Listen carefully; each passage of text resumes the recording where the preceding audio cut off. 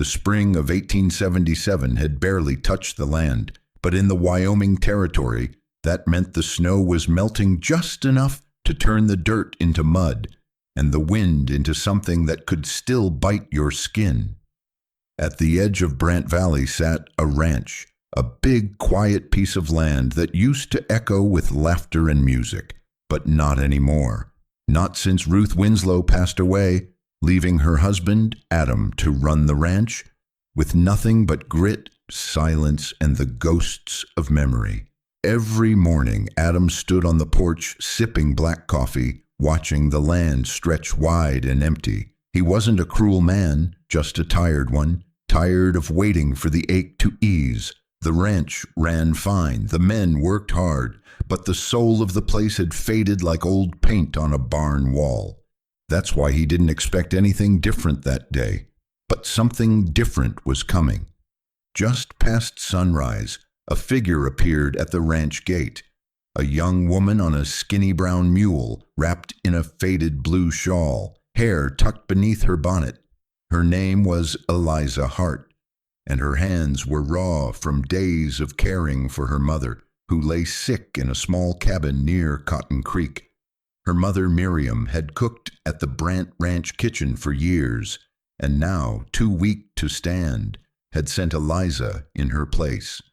She tied the mule to the post, squared her shoulders, and knocked twice on the ranch kitchen door. Adam opened it, wearing the same guarded look he gave every stranger. His eyes scanned her face, not cruelly, but cautiously.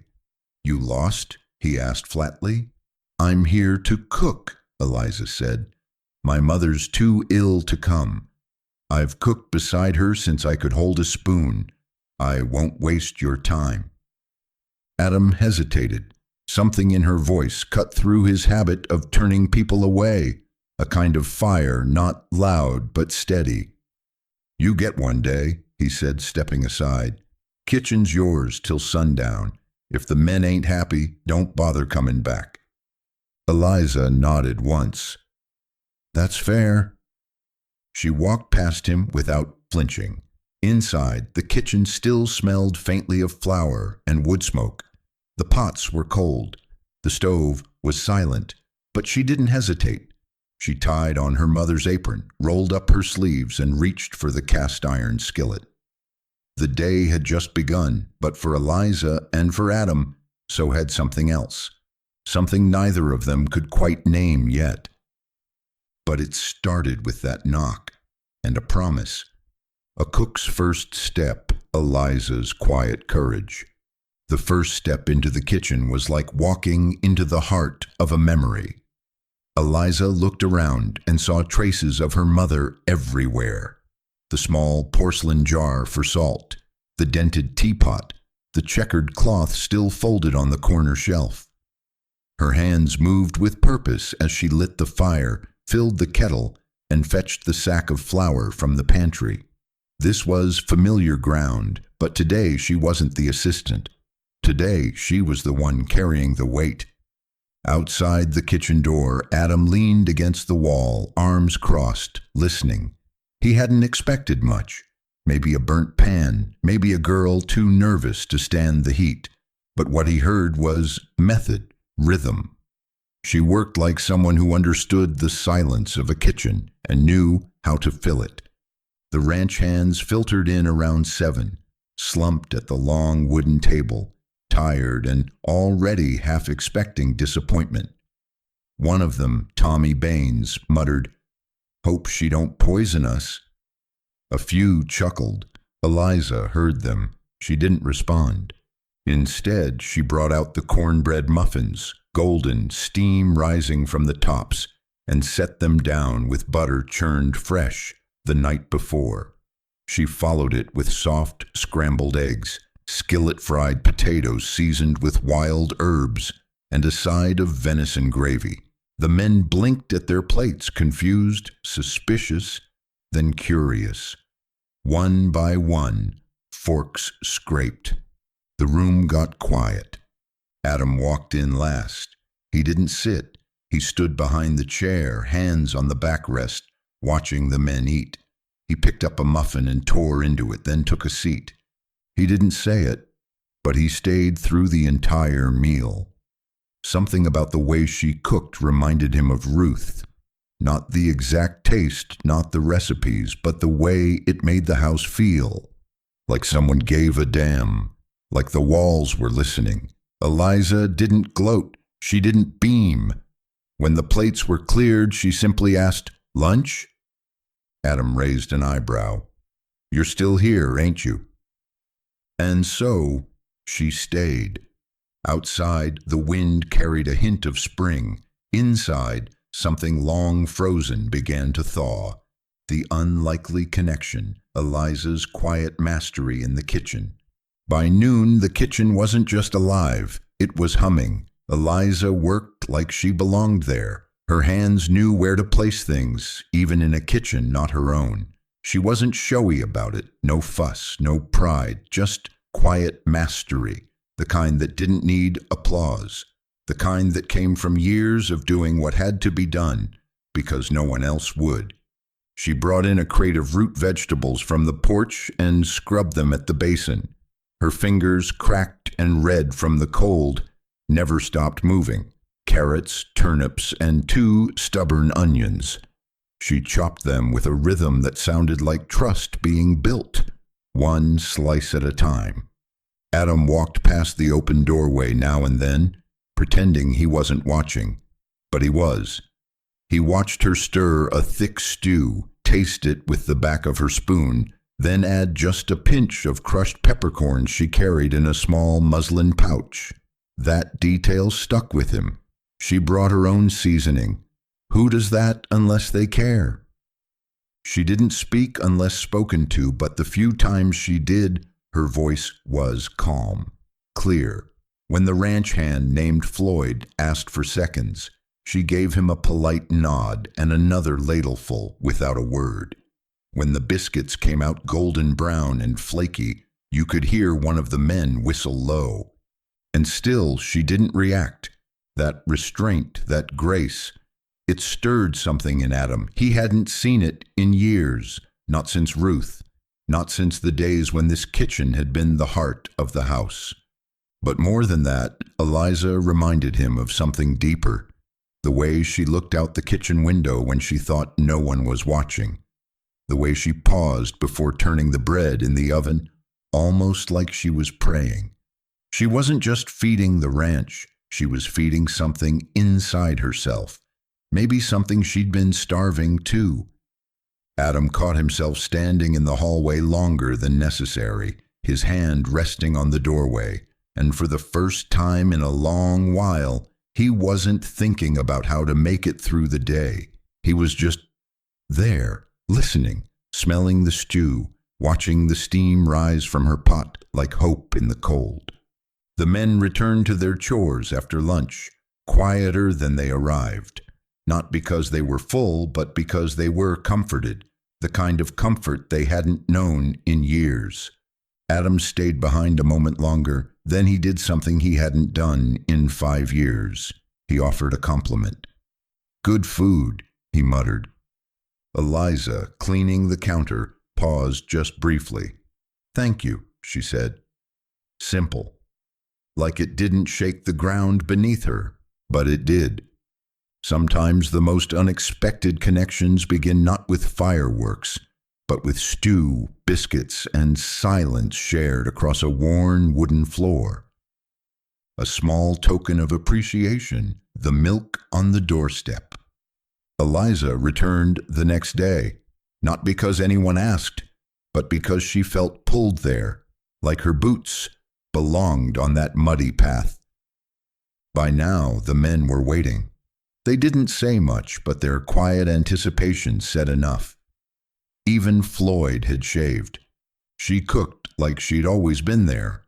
Breakfast flowed into lunch, and lunch gave way to a supper of wild rabbit stew, fluffy cornbread, and a warm berry compote made from the last jar of preserves her mother had hidden in the cellar.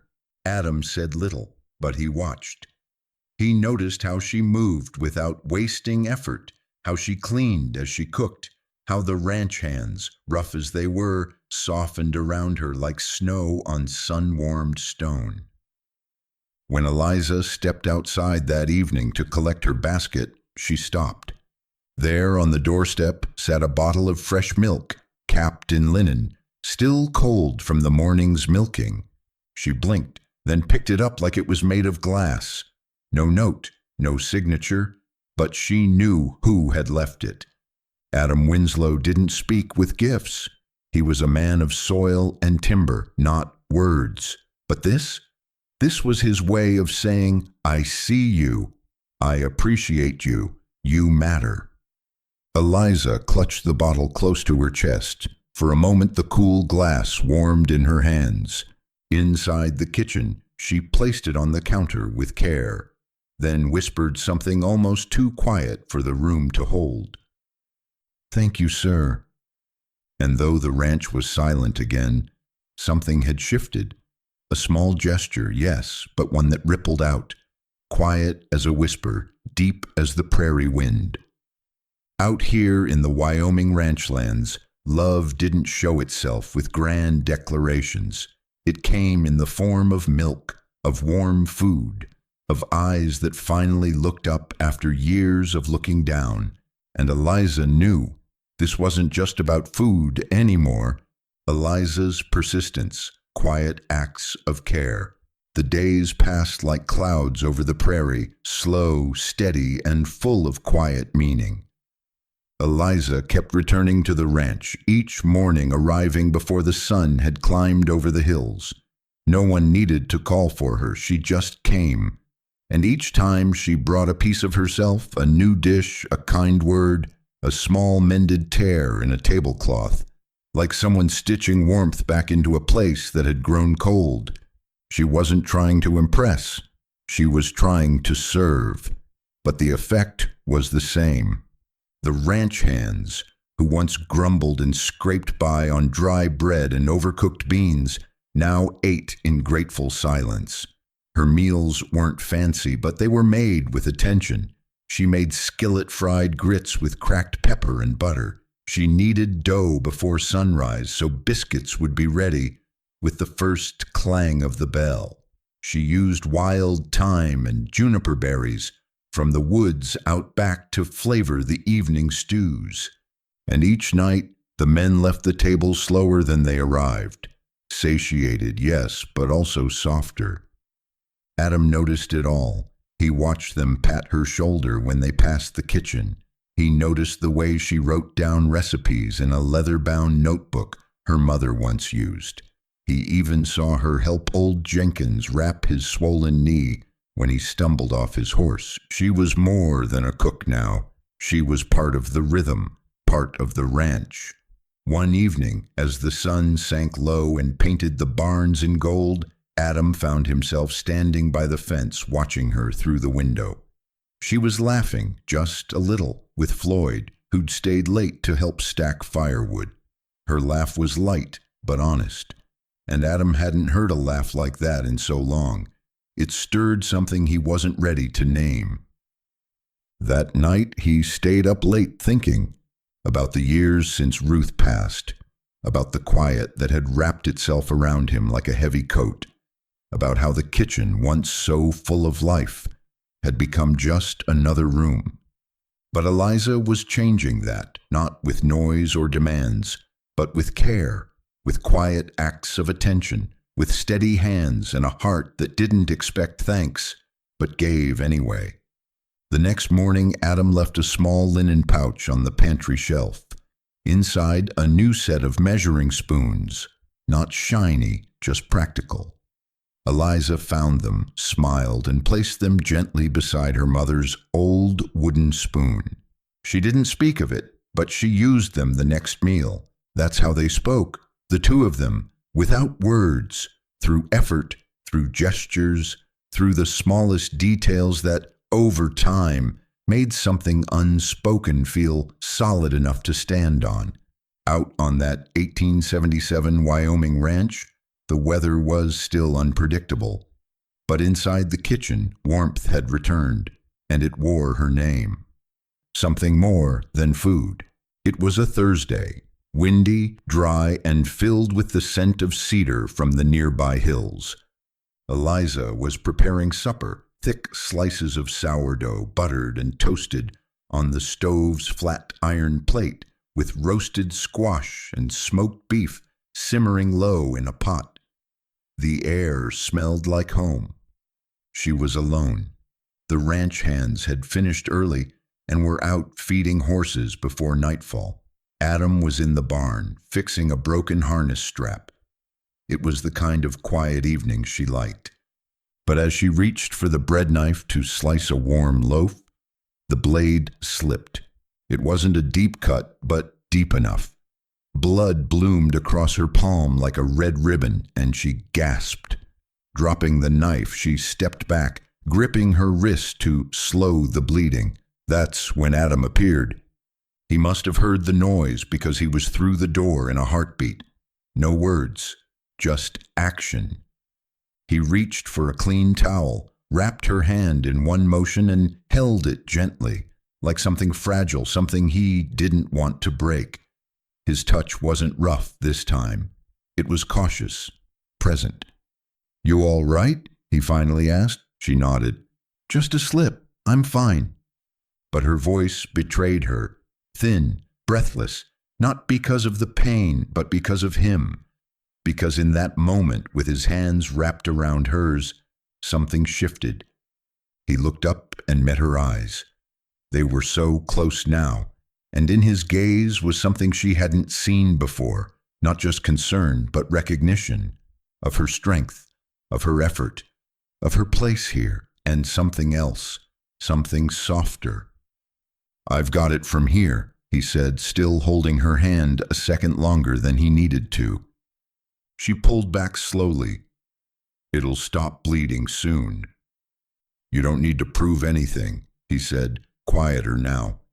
"You already have."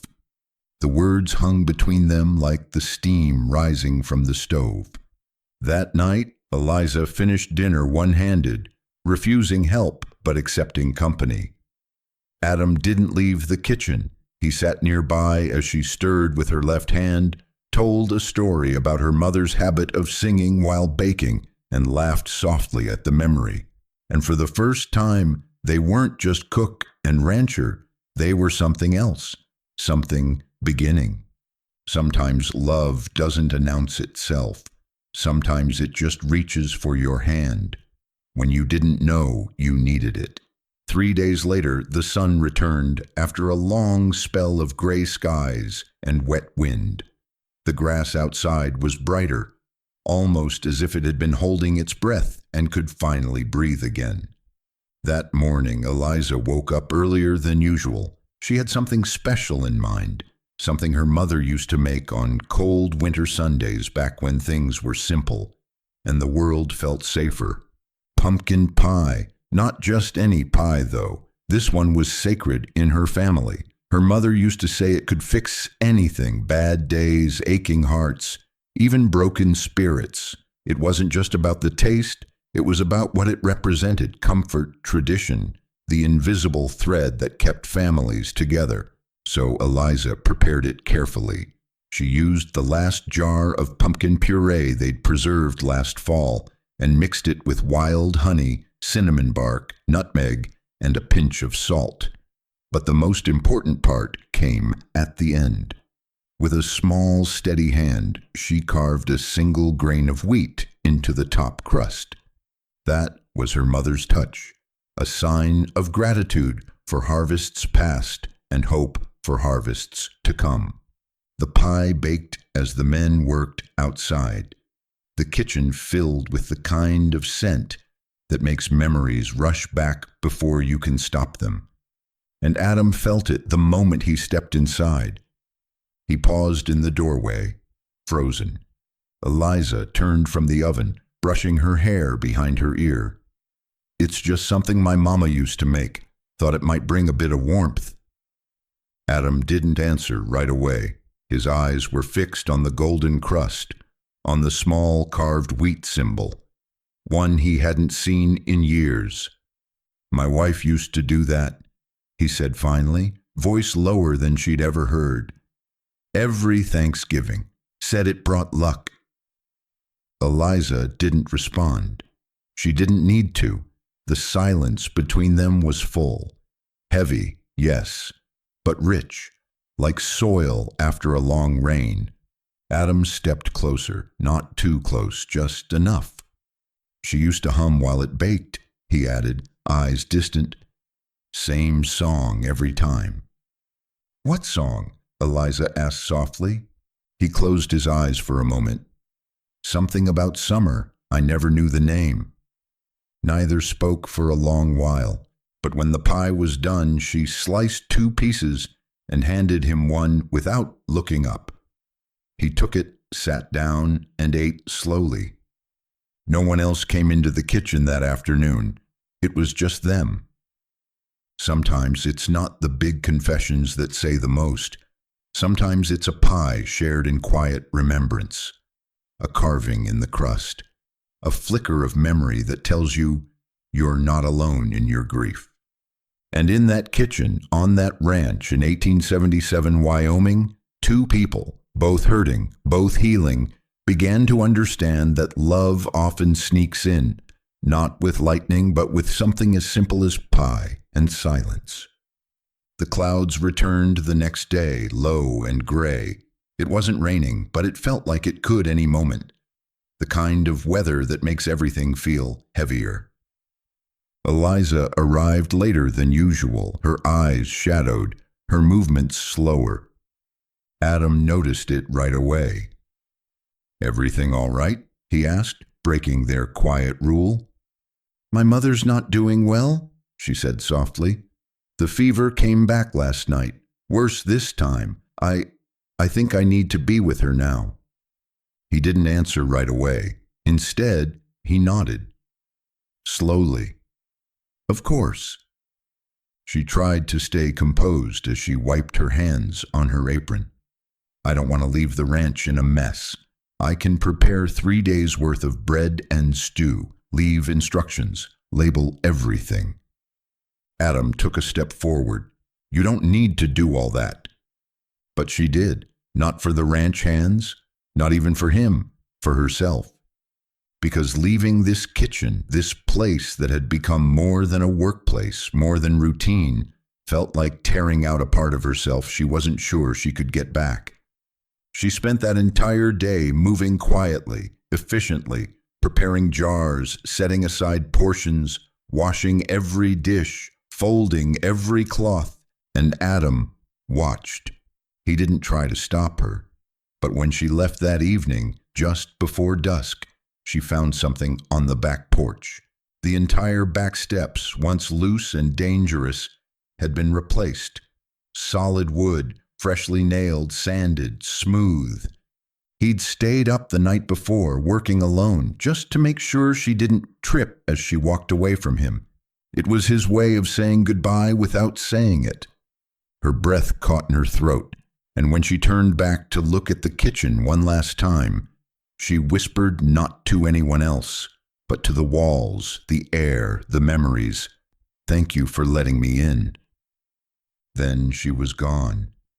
But what neither of them knew yet was that goodbye wasn't the end. It was only the pause before something more. The final goodbye. Will it be enough? The next morning the ranch felt different, quieter. Even the animals seemed subdued. The clatter of the kitchen was gone, and the air inside the house felt still, like it was holding its breath. Eliza hadn't returned, and no one spoke her name at breakfast, but it was obvious she was missing. The coffee was brewed, but it didn't taste the same. The biscuits were day-old. The table, once so alive with smells and warmth, now felt like a place of memory rather than comfort. Adam noticed it most of all. He sat in his usual chair, chewing slowly, barely noticing the plate in front of him. He'd grown used to her presence, used to hearing the scrape of her boots across the floor, the soft clinking of spoons in ceramic bowls, the way she hummed when she thought no one was listening. Now that absence rang louder than anything else. After breakfast, he walked outside and stood on the porch. The wind moved across the hills, carrying the scent of sage and melting snow. Somewhere far off, a hawk cried. He glanced at the trail that led away from the ranch, the same trail she had ridden out on just the day before. Would she come back? He didn't know. He wasn't sure he had the right to expect it. Inside the bunkhouse, the ranch hands tried to carry on. Tommy mumbled something about missing that pie. Floyd, gruff as ever, just muttered, "She made this place feel like a home again." Adam heard that, and it echoed. That night, as he sat alone with a mug of weak coffee, he reached into a drawer and pulled out something he hadn't touched in years, a photograph of Ruth. She was young in it, wearing the same apron Eliza had borrowed weeks ago, standing in that very kitchen, flour dusting her cheeks. He stared at it a long time, and then he did something surprising. He put it away, not because he'd forgotten Ruth, but because, for the first time in years, he felt something new growing inside him, something not buried in grief. It was strange, and quiet, and real. The next morning, he rode into town. He didn't shave. He didn't rehearse what he'd say. He just saddled his horse, tied a parcel to the saddlebag, and followed the road east toward Cotton Creek. When he arrived, he didn't stop at the general store. He didn't visit the bank. He went straight to the little diner at the corner, where word said Eliza had taken a job to keep herself afloat. He opened the door slowly, almost afraid, and there she was, behind the counter, apron on, hair tied back, serving a plate of eggs to an old man who grinned like he'd been given gold. Her eyes met Adam's.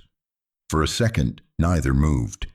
Then he stepped forward, removing the parcel from his saddlebag and placing it on the counter. Inside was a pie, pumpkin, with a wheat symbol carved right in the crust. "I never did thank you," he said quietly, "and I never said what I should have." She looked at the pie, then back at him. "You didn't need to." But he shook his head. "I did." He paused, then added, "There's room at the ranch, if you're still looking for a place to cook. Or to stay." She didn't cry. She didn't run to him. But she smiled, soft and steady, because sometimes goodbyes are just the beginning of something that was always meant to return. The heartfelt return, a new beginning. Spring came back in full bloom that year. Wild flowers peppered the hillsides. The creek near the edge of the ranch ran higher and faster with melted snow. Life felt fresh again. And in the middle of that renewal, Eliza returned. Not dramatically, not with fanfare. She simply rode in early one morning, just as the mist was lifting from the fields. Same old mule, same calm look in her eyes. Adam was already on the porch, as if he'd been expecting her. He didn't speak. He just held the screen door open as she passed, and she nodded as she stepped back into the kitchen that had once felt like someone else's, but now felt like hers. Inside, everything was just as she'd left it, except one small thing, a new wooden shelf above the stove, freshly built. It had her mother's recipe book sitting open, a dried sprig of thyme marking the page, and next to it, 2 carved wooden spoons, the kind used by 2 people cooking side by side. She touched the book gently. "Didn't think you'd remember that stew recipe," she teased. Adam smirked. "I did. Mostly. Left the rest to luck." She turned to him. "You know what they say about luck." He stepped closer. "Sometimes you make your own." From then on, the ranch was never the same. Eliza didn't just return to cook. She returned to live. She brought her mother with her, now well enough to tend to herbs in the garden. The men worked harder, laughed louder, and stayed longer at the table. The kitchen became the heart of the ranch again. And Adam? He smiled more. He found himself talking in full sentences, sometimes even jokes. But most of all, he allowed himself to care again. Love in the Old West doesn't always look like a wedding in a church or poetry under the stars. Sometimes it's the way two people stand side by side in a kitchen, the way they leave milk on the doorstep, the way they fix a broken step so someone doesn't trip on their way home. And that's exactly what this was. A Wyoming ranch love story from 1877. A Western romance story not told in fireworks, but in firewood, in flour, in pie. Because in the end, what the lonely rancher did wasn't grand. He simply chose not to be lonely anymore, and that changed everything.